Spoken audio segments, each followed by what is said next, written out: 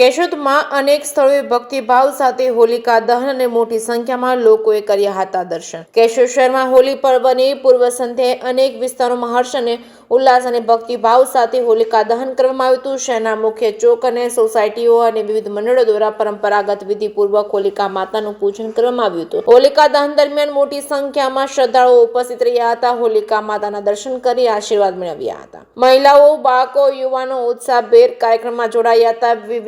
વિધિ દરમિયાન શ્રીફળ, મમરા, નારિયેળ અને અન્ય પૂજનની સામગ્રી હોલિકા માતાને અર્પણ કરવામાં આવી હતી। સાંજ પડતા શહેરના વિવિધ વિસ્તારોમાં હોલિકા પ્રજ્વલિત કરવામાં આવી હતી અને પરંપરા મુજબ લોકોએ અગ્નિની પરિક્રમા કરી સુખ સમૃદ્ધિ માટે પ્રાર્થના કરી હતી। કેટલાક વિસ્તારોમાં સાંસ્કૃતિક કાર્યક્રમનું પણ આયોજન કરવામાં આવ્યું હતું, જેના કારણે તહેવારનો માહોલ વધુ રંગીન બન્યો હતો।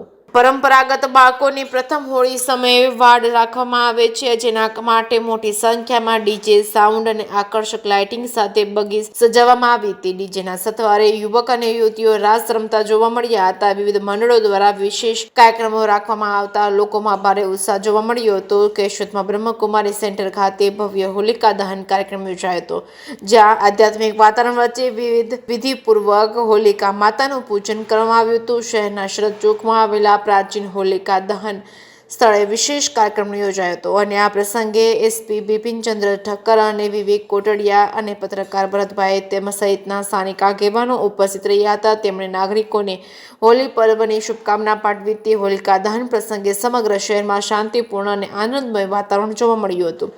સ્થાનિક આગેવાનો અને સમાજના પ્રતિનિધિઓની હાજરીમાં પરંપરા અને આસ્થા સાથે તહેવારની ઉજવણી કરવામાં આવી હતી। આ રીતે કેશોદ શહેરમાં હોલી પર્વની ઉજવણી ભક્તિ, પરંપરા અને ઉત્સાહ સાથે કરવામાં આવી હતી। જે કે સિંહ ગુજરાતી સાથે રાજુ પંડ્યા, કેશોદ।